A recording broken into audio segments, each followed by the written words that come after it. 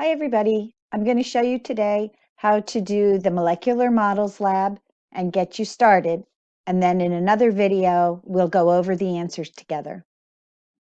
First you're going to go to your Canvas course and select modules and find the module for types of chemical bonds. You'll find the molecular models lab right there. And you'll see there's two links, a lab sheet and lab directions slides. So you're going to need both of those open. So I'm going to go ahead and open both of those links and have them ready to go in the tabs.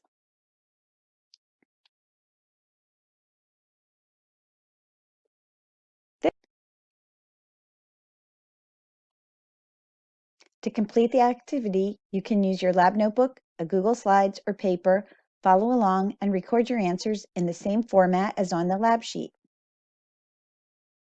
Here are two links to give you more background information.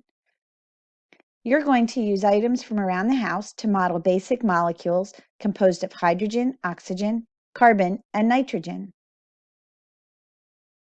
You will need something to represent covalent bonds, like toothpicks or small strips of paper. Also, to represent atoms, you will need to use 4 different objects. I dumped out my piggy bank. Yes, that is my actual piggy bank. And I thought I would use coins, and that's where I keep my coins. So you don't have to use coins. You can use anything to model yours. I'm going to use toothpicks as my covalent bonds. But other items you could use are different types of cereal, candies, marshmallows, buttons, circles of paper. Be creative. You could even use clay of different colors, fruits, anything around the house that you have available. Don't go out and buy anything.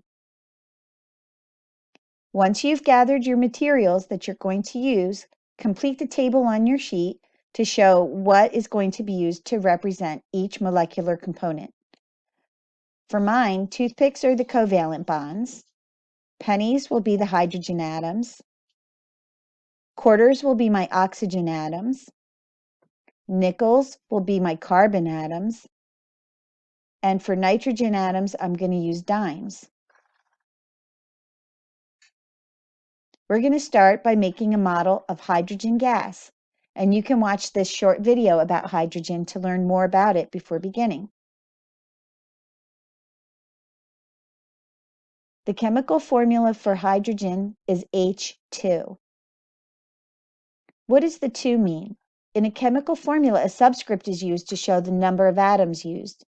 So 2 here means we have 2 hydrogen atoms in a pair to make every hydrogen molecule. You're going to determine the electron dot diagram for hydrogen. We're going to look at each single atom of hydrogen, but we need 2. So how many valence electrons will 2 sharing hydrogen atoms have? They will have 2 because each one brings 1. Notice that each one has a place for a second hydrogen atom because each hydrogen atom can have 2 valence electrons in their outer shell. The hydrogens will share their valence electrons so that each will have a complete set of 2. We show it by putting the chemical symbols on either side, and we stack the 2 valence electrons in the center. This is what it looks like. So you'll write that in on your table. Next, we're going to go ahead and build using our materials. Now, when you make your molecular model, first examine your dot diagram. Find the shared pairs of electrons. The shared pairs of electrons represent the covalent bond, and you can see that right here. That's my covalent bond. And that is going to be represented with the toothpick. The pennies are going to be my 2 hydrogens. So you can kind of guess how this is going to be put together now. So we have a penny on the left for the hydrogen on the left, a toothpick in the center for the shared pair of electrons, the covalent bond, and a penny on the right to represent the other hydrogen. And that's my model.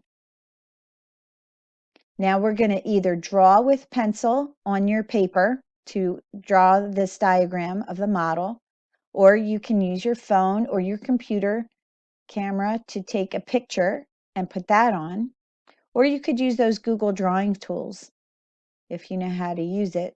Here's a picture of the model I made.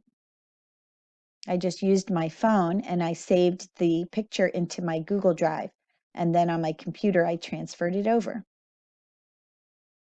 So you can see this spot for drawing it in is on the lab sheet. I'll show you where. So far we did this part of the lab sheet, and this part we're working on, and then on the next page at the top, a spot to draw your model. The last thing we're going to do is called a structural formula. How do we make a structural formula? This is new. I haven't showed you this yet, but in a lot of textbooks, you'll see molecules drawn this way. What you do is you look on your diagram for the shared pairs of electrons. You look in your model for where your connectors are, your toothpicks for the covalent bond, and you replace those with a line. It's like a hyphen, but it's a little bit longer, darker maybe. You put the chemical symbol on either side, hydrogen, hydrogen, and in the center you put that line. Let's review. There are many different ways to draw models of molecules. First, we wrote the chemical formula. It uses subscripts to tell the number of each type of atom in the molecule. Next, we determined the electron dot diagram. Since each hydrogen is one valence electron, the diagram of hydrogen should have 2 dots in it. We created a space-filling model of the molecule using our materials. And finally, we drew the structural formula for hydrogen.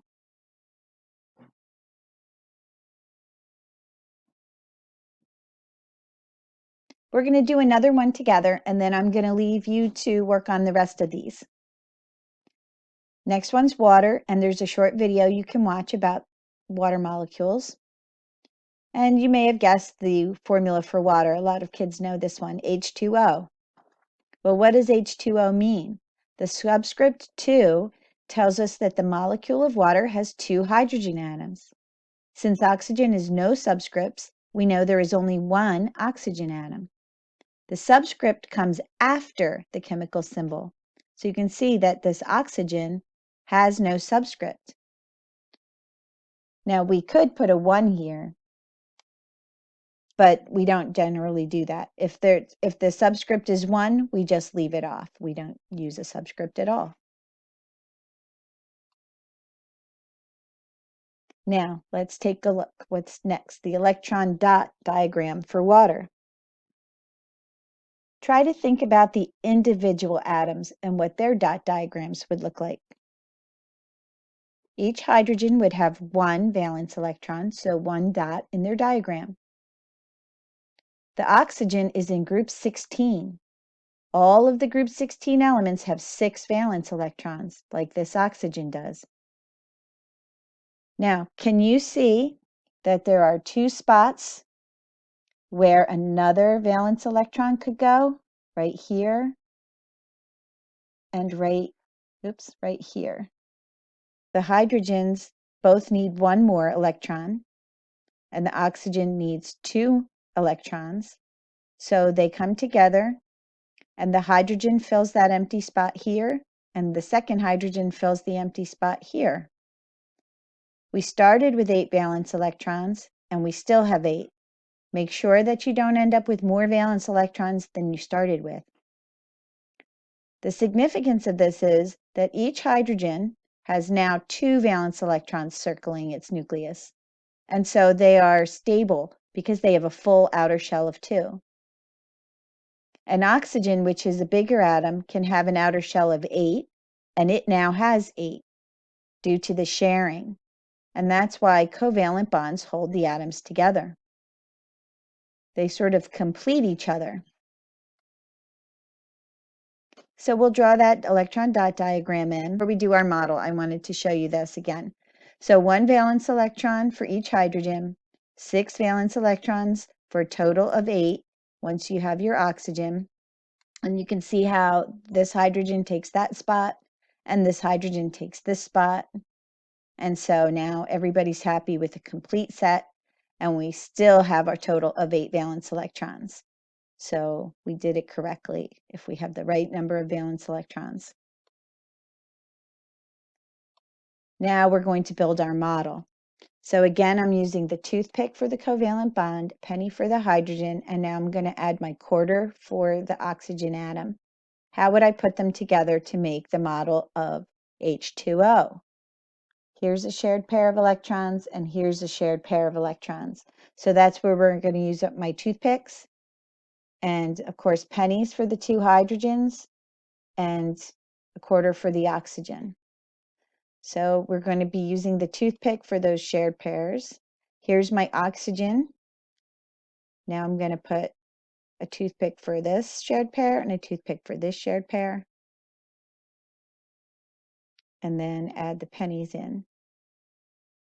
And that's my model. Time to draw it onto your worksheet or take a picture of your model. And you're going to put your model for water. There's the one I made. Now, if you are creative and think of some materials to use that can actually be held together either with glue, or if it's soft like a gummy candy, you could stick a toothpick that holds together the different gummy candies or food items, or clay, holding them together with the sticks, or some other kind of stick-shaped thing. That would be great. And then you would have a 3-dimensional model. Let me show you what we would have done if we were at school. We would have made models out of these wooden spheres and pegs.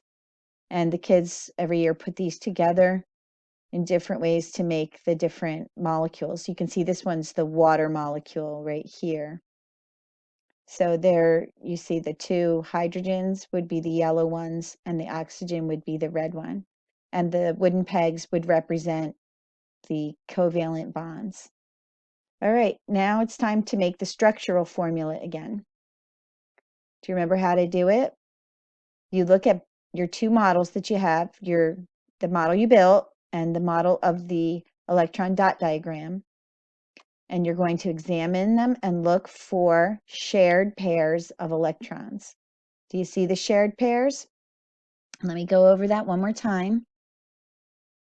This is a shared pair, and this is a shared pair, because they're in between the 2 atoms, shared by both of the atoms, hydrogen and oxygen.